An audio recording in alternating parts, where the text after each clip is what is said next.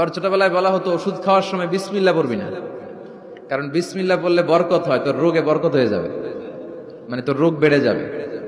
কি ডাকা ভুয়া কথা। সব ভালো কাজের আগে বিসমিল্লাহ। অবশ্যই আপনি ওষুধ খাওয়ার আগে বিসমিল্লাহ পড়বেন। কি পড়বেন? আমাদের দেশে শেখানো হয় ওষুধ হাতে নিয়ে যখন তুমি খাবা তখন পড়বা আল্লাহু শাফি আল্লাহু মুআফি। এটারে উল্টে আবার বাংলাদেশে আল্লাহ শাফি আল্লাহ মাফি। শব্দটা মাফি না, শব্দটা হচ্ছে মুআফি। আল্লাহু শাফি আল্লাহু মুআফি। খেয়াল থাকবে, পড়েন আল্লাহু শাফি আল্লাহু মুআফি আল্লাহু শাফি আল্লাহু মুআফি।